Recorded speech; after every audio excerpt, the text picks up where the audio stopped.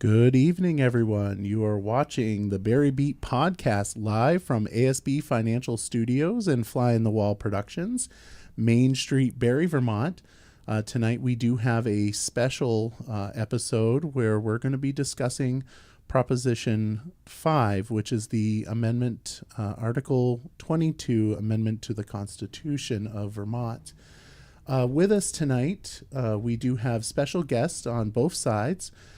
With us via Google Meets is Lucy Lariche, transferring over, and Lucy is the she leads the Reproductive Liberty Amendment campaign and is the vice president of Vermont Public Affairs at Planned Parenthood. And in studio, we have Sharon Toborg. She is the president of Vermonters for Good Government and a policy analyst at Vermont Right to Life. I do want to welcome both of you here and thank you for taking the time to join us and tell our community what this amendment to our Constitution is all about. So I will let Lucy start off first. Just give a little introduction about yourself beyond your title, and I'll let you go from there. Okay, great. Well, thank you, Michael. Thank you for inviting me onto your program. So you already mentioned my name, Lucy Lariche. I use she, her pronouns. I live in Hyde Park, Vermont. I am a native Vermonter, grew up in Wolcott by French-Canadian immigrant Catholic family. And I previously worked in the legislature and in state government. I was the secretary of the Commerce Agency before coming to work for Planned Parenthood. And as you mentioned, I'm the president of the Vermont for Reproductive Liberty Ballot Committee, which is the organization that was formed to pass the Reproductive Liberty Amendment. All right. And Sharon? Thank you for inviting me, Michael. I appreciate the opportunity. I am Sharon Toborg. I live right here in Barre. I grew up in Waterbury, not too far from here. And I've got involved in the pro-life movement in college and have been involved ever since for 35 years. And I'm also helped to form the Vermonters for Good Government, which is an organization of both pro-life and pro-choice Vermonters who are concerned about the impacts that Article 22 will have on our state if it is added to our Vermont Constitution. All right. So for those that don't know, we will have the opportunity in November to make an adjustment to our Constitution. It's not a normal process. I think this is the first time I have done it, or I've had the opportunity to do so since I've been voting. And if that's not the case, then, well, that's kind of embarrassing. But so for those that don't know what we're referring to, it's Proposal 5. It's an amendment to the Vermont Constitution, and it reads as follows. Article 22, personal reproductive liberty, that is an individual's right to personal reproductive autonomy, is central to the liberty and dignity to determine one's own life course and shall not be denied or infringed unless justified by a compelling state interest achieved by the least restrictive means. So that's a lot for an amendment. Well, I guess it's not too much for words, but it certainly means a lot. And since Lisa, your last name is L, so I'll let you just explain why you are taking your stance and what stance you think that voters should consider doing in November. Yeah, sure. So for me, the thing that I think about is just this context that we're in right now, historically. At a time when politicians in half of the states in the country are moving to ban or severely restrict abortion access, Planned Parenthood Vermont Action Fund and Planned Parenthood Northern New England supports Proposal 5, the Reproductive Liberty Amendment, because it will protect the full spectrum of reproductive health care, including abortion and contraception, and it will ensure that important personal health care decisions remain between patients and doctors, not politicians. Vermonters have had this freedom for the last 50 years. So passing Proposal 5 will ensure that the rights that we have today won't be gone tomorrow. All right. And Sharon, would you like to provide us your opinion on this? Well, the coalition that has come together under the banner of Vermonters for Good Government feels that this is a proposal that just goes too far by creating a constitutional right to unlimited, unregulated abortion throughout pregnancy. There are also concerns around the language. It grants a right to personal reproductive autonomy, but that is a phrase that does not have a fixed definition. If you consult the Oxford Legal Dictionary, it talks about there being varying definitions. So this could not only enshrine unrestricted abortion in our Constitution, it goes beyond abortion. And while there are a lot of concerns expressed about the overturn of Roe v. Wade, the fact is abortion has been legal in Vermont since 1972. The legislature in 2019 put into statute that abortion is and will remain legal, and adding or not adding Article 22 to the Constitution will not affect the legality of abortion in Vermont. So abortion is legal, will remain legal regardless of how the vote comes out on Article 22. But we will be enshrining late-term abortion and more through this amendment. And that is of concern to many Vermonters, both pro-choice and pro-life. So the one thing that I do want to let people know that are watching, one, we want you to ask questions. We want you to ask respectful questions.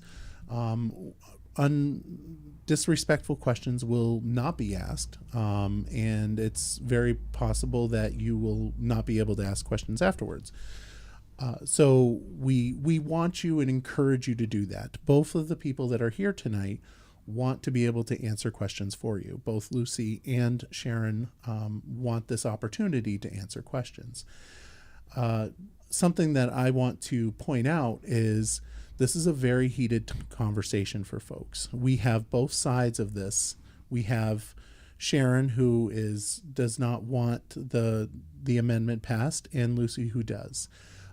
Both sides have very strong opinions. One believes that it's a fundamental right for control over one's body, and the other looks at it from a point of view of, this is a life within, and we have to be respectful of one another's opinions. And with that, we certainly want the questions, though. So I'll just ask for Sharon first. What will happen if this is not passed? Well, if Article 22 is not passed, abortion remains legal in Vermont as it is now and has been for 50 years. But we don't take the risk of courts interpreting this amendment down the line in ways that Vermonters would find surprising. All right. And Lucy, your thoughts on that? Yeah, there's a lot here to unpack. I guess I want to start by talking about the language a little bit. I think our opponents are using this idea that somehow we don't know what it means. In fact, we really do. We know very well what it means. There are 3 words in this amendment, personal reproductive autonomy, that have been defined through decades of case law. And that means very, very specifically and very narrowly the right to get pregnant and carry a pregnancy to term, the right to choose or refuse sterilization, and the right to access abortion. These rights would not be, no one is forced to have an abortion. No one is forced to get sterilized. No one's forced to accept contraception. And the government would not be compelled to pay for any of it. The law would, this constitutional amendment simply states, simply make it so that the government cannot interfere in your right to access those things if that is what you choose to do. So it's really important that we understand that. And secondly, to interpretation and the law, there is also the legislative record. We have 4 years of legislative review, very thoughtful legislative review. It passed the Senate with 2/3 majority in 2019 and a vote of 28 to 2 among 30 senators. And then it passed the House also by a supermajority of 106 votes in favor out of 150 total members. And then there was an election, and there's a new legislature after 2020. So in 2021, the Senate passed it again, and then 2022, the House had passed it again. And keep in mind, there were also 2 public hearings within this 4-year period.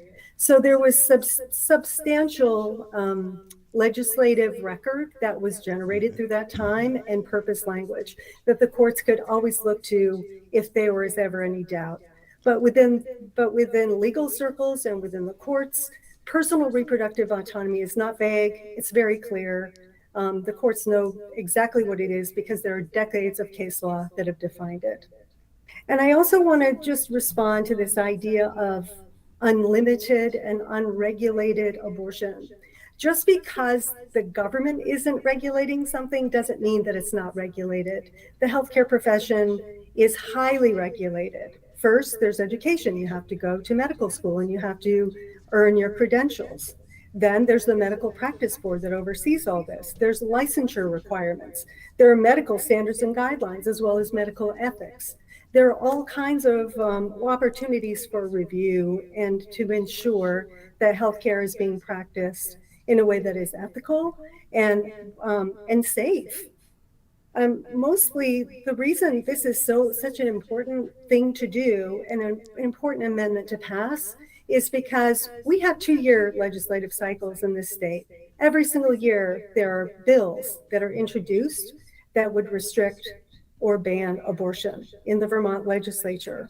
We are 1 election away, 2 years away at any given point in time for some hostile legislature to come in and decide that they don't agree, in their own opinion, they don't agree with the majority of Vermonters that we should protect abortion rights, and they could take those rights away. And that's why we want to put it in the Constitution, because that's our state's strongest legal document. And I'm going to let Sharon follow up on that. Well, the idea that the term personal reproductive autonomy has a fixed definition is simply false. Every time the U.S. Supreme Court has considered a case, the definition has expanded. Before 1973, abortion was not a part of personal reproductive autonomy. So as we go forward, if this amendment is part of our Constitution, there will be court cases that will raise issues, and the court will issue rulings that will expand the definition. In fact, the ACLU, in their testimony in favor of Article 22, said that it includes protection on how you get pregnant, which is a concept that's already beyond what Lucy just said personal reproductive autonomy contains. And we also have to remember that Vermont does have some case law on this subject. Currently, there is the Dyer decision, which is in effect, which requires the state to pay with taxpayer funds for abortions for those women who qualify for Medicaid. If there is a constitutional amendment, since the state provides so much health care through municipal insurance, Medicaid, state employee insurance, it's likely that there will be a tremendous amount of funding for these types of things. The other point I'd like to make is people reference the medical practice board as something that could be used to prevent a medical provider from doing abortion, say, in the second or third trimester. But we have to remember that the Medical Practice Board is a government entity. And in Act 47, which was passed by the legislature in 2019, it is specifically prohibited for the state to take action against a medical provider for choosing to perform abortions. And for those who think there aren't physicians who want to perform third trimester abortions, I invite you to Google late-term abortion Vermont, and you will come up with people advertising their late-term abortion services. They don't currently practice in the state of Vermont, but they are more than willing to perform these types of procedures. All right. So I just realized that probably I should start putting time limits on the questions. So from this point, what I'll do is I'll just ask when a question comes up, if you could provide an answer within, I would say, about 1 minute and 30 seconds to 2 minutes. And I'll allow each person to follow up. Well, allow you to, if you want to make a statement about what was said, we could certainly do that. And just let me know if you want to. So a question that I have is, how will this, because I was reading on Facebook and someone had asked the question about how this affects minors, right? And there's conversation about that and whether or not this amendment will be, how it will actually affect minor children. And I will let Sharon go first. Well, if you look at the wording of the proposed amendment, it grants individuals a right to personal reproductive autonomy. And that is an interesting choice of words because all of the other constitutional amendments use the terms persons to refer to adults and having rights. So by using the word individual, it not only opens it up to women and men, but also granting rights to children. And of course, there already is a legislative intent that minors be able to access abortion without parental knowledge or consent. The legislature recently changed the law to require distribution of condoms, contraceptives in middle schools in Vermont. So there are already steps being taken to give these rights to minors, and this constitutional amendment will further kick parents out of the village and make it more difficult for them to know and be involved in their children's activities. All right. And Lucy? Yeah, I guess what I want to say about that is that minors already can access reproductive health care. They can self-consent for reproductive health care. And there's really good policy reasons for that. Mostly, when we think about the relationship that a minor has with their parent, if they feel safe, they absolutely go to a parent if they end up accidentally, unintentionally pregnant.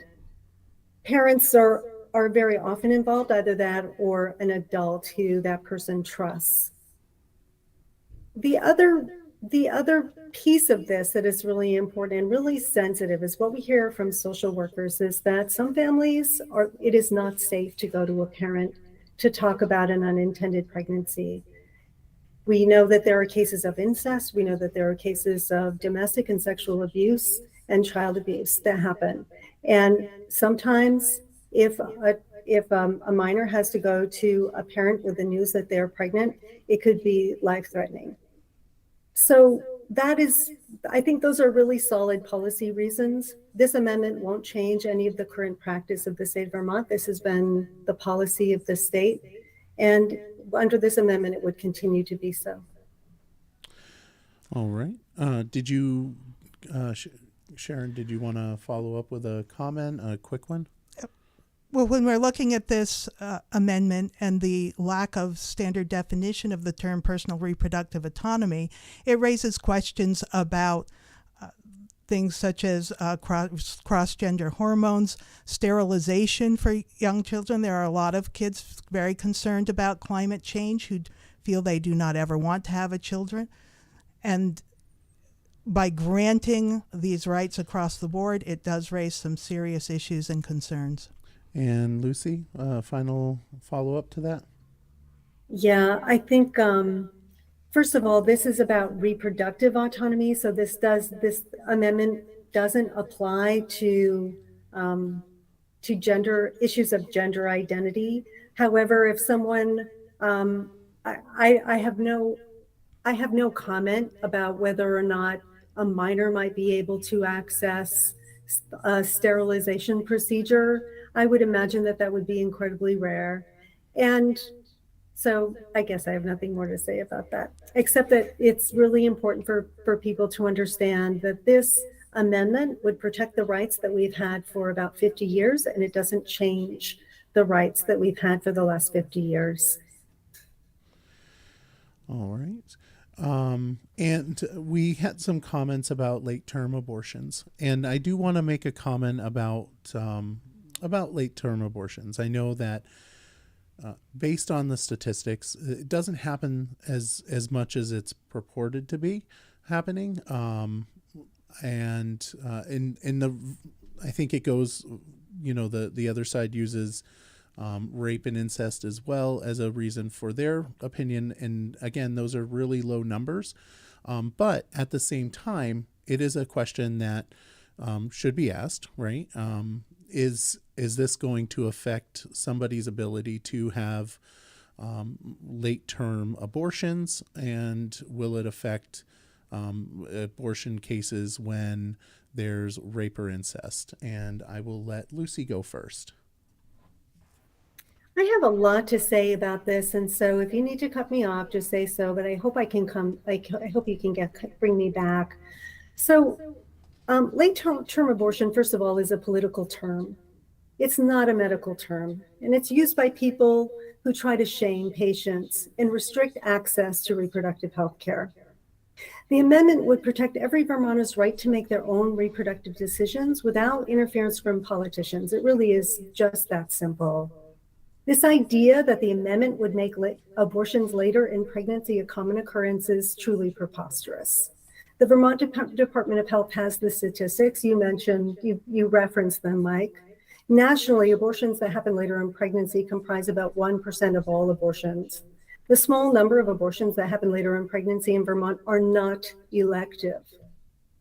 Certain screenings and genetic testing cannot be done until the second trimester of a pregnancy. So people often don't learn about serious medical complications until this time. The UVM Medical Center is the only healthcare provider in Vermont that performs abortions beyond 21 weeks and 6 days. That's the second trimester for those of you who are unsure. And as I mentioned, this is rare, but when it does happen, the hospital has a process of review that includes an ethics panel, a geneticist, and all other providers and specialists that are involved in the patient's care. And together they identify options and the best course of treatment for the patient. To shame these patients is cruel. And these are people we know and care about, our neighbors, family, friends, and colleagues who are facing some of the worst moments of their lives. This is a reality. This is already the hardest decision these patients have to make, and they shouldn't be subjected to judgmental attitudes aimed at shaming them. Government restrictions and intervention in reproductive health care is dangerous. In states where abortion restrictions are in effect, they have tragically high maternal mortality rates. Pregnancy is a dangerous and complex condition, and we need politicians out of the exam room, as Vermont has done for the last half century. All right. And Sharon? The question of late-term abortion in our Constitution is in some ways a philosophical question. You know, I had some folks come to my door to talk about Proposal 2 that is also on the ballot concerning slavery and indentured servitude. And of course, there's not slavery or indentured servitude happening in the state of Vermont now, but this is organization that philosophically says we shouldn't be endorsing that or sanctioning that in any way in our Constitution.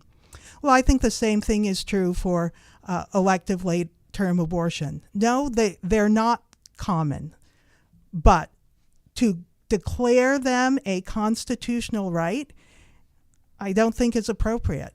I think we have to have some regard for an unborn child, at least in the later stages of pregnancy. I think most Vermonters agree on that. And I've had the good fortune to meet at a conference we hosted here in Vermont, Melissa Oden. She was born. Actually, she was aborted and survived. She survived a saline abortion. She was a healthy mother with a healthy child, and the mother was coerced by her own mother into an abortion. And that's where some of these late-term abortions come in. The Guttmacher Institute, which is not a pro-life organization, says there are about 13,000 third trimester abortions a year, and most of them are done for social reasons. And women don't plan on having third trimester abortions. Sometimes they find out they're pregnant, later on in their pregnancy, or a partner leaves, or a job is lost, or some sort of crisis happens to make them think that they can't continue on with this pregnancy. And we're fortunate in Vermont that we have a good number of pregnancy resource centers that help women in these types of crisis pregnancy situations. And unfortunately, there are people who are trying to shut them down, people who are trying to put them out of business. All right. And Lucy, would you like to follow up with a quick comment on that? Yeah, I guess what I would say again is that the medical profession is very self-regulating, and the opposition is putting out really sensationalist, outrageous material suggesting that people are aborting fetuses at 8 and 9 months. It's absolutely absurd when you really think about it. No medical professional in this state would ever do that. At that point in pregnancy, that's called a delivery. It's not called an abortion. And at that point in a pregnancy, that if that is not a wanted, if that's not a wanted child, then it goes into adoption. So this scare tactic that all of a sudden this amendment is going to start, and this amendment passes, and all of a sudden everyone's going to flock to get a late-term abortion is it's a scare tactic. It's absurd. It doesn't happen, and it hasn't happened in the last 50 years, and there's nothing suggesting that it would ever happen. Thank you. And a final follow-up for Sharon? The materials that we have been putting out do not claim that people will flock to Vermont to get late-term abortions. They claim very accurately that it would be a fundamental constitutional right to have a third trimester abortion in Vermont if this article became part of the Constitution. And we know that there are providers throughout the country who are advertising to Vermont women that they offer late-term and third trimester elective abortion services. So I think that the real scare tactics come from the folks who claim that somehow abortion rights are imperiled in Vermont and at risk. Because as Lucy said, we have had these rights for 50 years and the legislature has never taken steps to limit them. So once again, I just want to point out that regarding statistics, I don't want to say tactics, but the comments about late term and also incest and rape are very low for those reasonings. I know that one side says that you have to have it for in the case of health issues like significant issues, and it just the numbers are low on both sides. So we are talking about on both sides of the aisle on this issue some fringe numbers, right? And I just wanted to clarify that for folks that are listening. And I see nodding of heads. I think both of you agree with that. Is that correct? on both sides. The rape and incest are low, and so isn't comparatively speaking, right, to the numbers. With that, a question that came online was, would this affect? How would this affect a father of a child for reproductive rights? And I think Lucy went first last time, so I will let Sharon go first this time. Well, having attended nearly all, or perhaps even all, of the testimony on this amendment in the legislature, the answer to many of the questions, including how this would affect men, is that the courts will decide. Representative Ann Pugh, who chaired the House committee that had jurisdiction over this, said, for instance, if a man wanted to have the child and the woman didn't, they would have to go to court to sort that out. So there's a lot of things that will be headed to the court. How will this affect people who can't get pregnant? If a man does not want to be a father, could he be exempted from child support? So there are many questions still, and it's really going to be up to the courts to sort them all out. And that's one of the things that's concerning about this proposal, is it really turns all of the decisions over to the courts. It takes it out of the hands of the legislature and out of the hands of the voters of Vermont, and turns it over to the courts, which is a little ironic since we're hearing about Roe v. Wade being overturned and how the courts have let folks down, and yet this proposal would turn many decisions right over to the courts. And Lucy, would you like to follow up with your comment on that? Yeah, well, first I would say that this decision is actually squarely in the hands of the voters. I mean, it's going before the voters in November, and they have an opportunity to decide whether or not they want this language in the Constitution. So to suggest that it's out of the hands of Vermonters is not quite right.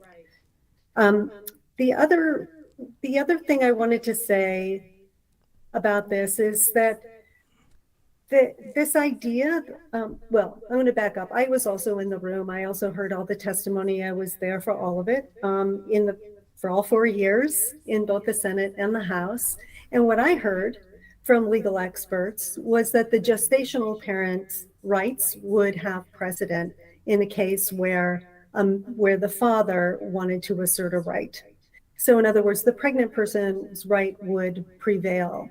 In addition to that, it's, I'll say in terms of men's rights, the question was, what are men's rights under the Reproductive Liberty Amendment? Men would have the right to sterilization or to refuse sterilization. We know there are places still in the country where people are sterilized against their will. So there's that. And men would have the right to contraception. So vasectomy, the right to not be sterilized, and the right to contraception. All right, and I'll let Sharon have a follow-up comment. Well, there's an interesting case that has just been filed in the state of New York where 2 gay men are seeking insurance coverage to have a child through IVF and surrogacy. So that is a court case that most likely would come to Vermont under this type of amendment. There are many scenarios, and it is very clear the testimony in the House was that the courts will decide how this proposal applies to people who can't get pregnant. And Lucy, I'll let you have a quick follow-up on that as well. Yeah, I think that's not a great example because right now that could happen, and those very same issues could come before the courts. This constitutional amendment would not force that to happen, and it would not prevent that from happening. It would be very neutral in that regard. All right. I'm scrolling through the comments, trying to pick out one here. So, and I don't know. So I'll ask this question. There is a question about funding, regarding funding from the state of Vermont to support abortions. And I guess the question is will this amendment affect that? Well, first, if you would like to explain how that is set up of whether or not we as as the state of Vermont support abortions, and also if that will be affected by this amendment to the Constitution. Did that make sense? Okay, good. So I'll let you go first, Lucy. Yeah, sure. So, thanks. Right now, the state of Vermont does support abortion in very limited cases. Um, and but this amendment would not it would not compel the state. It would not force the state to pay for abortions. It would not It would not force the state to compel that the state pay for anything. In fact, this amendment is simply this: it prevents and prohibits government interference from one's ability to access health care. It does not say it does not force anyone to pay for anything. All right. And I would disagree with that. Vermont already is paying for abortions for Medicaid eligible women under court order. But this amendment, if added, does affect the government's ability to not fund these procedures through insurance. The state is a tremendous provider of health care coverage through Medicaid, through state employees, municipal employees, Green Mountain Care. They also regulate what procedures must be covered by insurance. And we have to remember, although Lucy says that it would not compel anyone to pay for anything, the state is already in the business of paying for many of these things. They're very involved in the provision of health care. And under this constitutional amendment, they would not be able to do any action that would interfere with a person's access to reproductive autonomy. So if they're in the business of providing health care services, then they are going to have to provide the reproductive autonomy services, and that means potentially mandating it for all insurance, as they have already done with contraceptive coverage, or at least through state insured people, these procedures would have to be covered. All right, and I would like to respond to that, because my understanding is that analysis that Sharon just put forward is actually not legally sound. I've had a number of conversations with legislative councils and a number of attorneys on this very issue, and the amendment itself is very limited and is limited to government interference, and all that means is that if you want to access abortion, the government cannot pass a law saying abortion is illegal. Or if you want to access contraception, the government cannot pass a law saying that contraception is illegal, in the simplest terms. But it does open an avenue for individuals to initiate lawsuits to require that these procedures be funded through their health insurance. And that is something that the courts will decide. So I'm listening to the conversation here, and I think, and I'm going to spring this on you guys, and you weren't prepared for it, and I do apologize, but I think it's an opportunity, and I can see the chat is definitely wild with comments, lots of comments going on, and I had to block someone already, so that was unfortunate. So the question that I'm going to ask you guys is, do you have a question that you would ask the other individual? I will not allow you to give a follow-up. So I want you to think about that just for a minute as I read some comments, and then I'll let you ask your question. But, I hear Heather Slayton, she's saying thank you for coming on. And I know that there's a lot of people watching at this moment in time, and they are, I'm sure, thankful as well. I'm certainly thankful for you guys coming on. And I think what I'll do is I'll let Sharon ask a question first, if that's okay. And we'll go from there. Do you have one for me? Oh, goodness, you did spring this I on know. us. I'm so terrible. I'm sorry. Yeah. Uh, Lucy, you've said repeatedly that these decisions should be made between a woman and their healthcare provider. If a woman wants an elective abortion, say in the 7th month of pregnancy, and the physician is willing to provide it, is that fine? No, I don't think it's fine personally because, first of all, this is what is not fine is engaging in this level of hypotheticals. When you say if a woman wants, I think what I want to say is that these are deeply personal decisions, and I am not in a position to judge.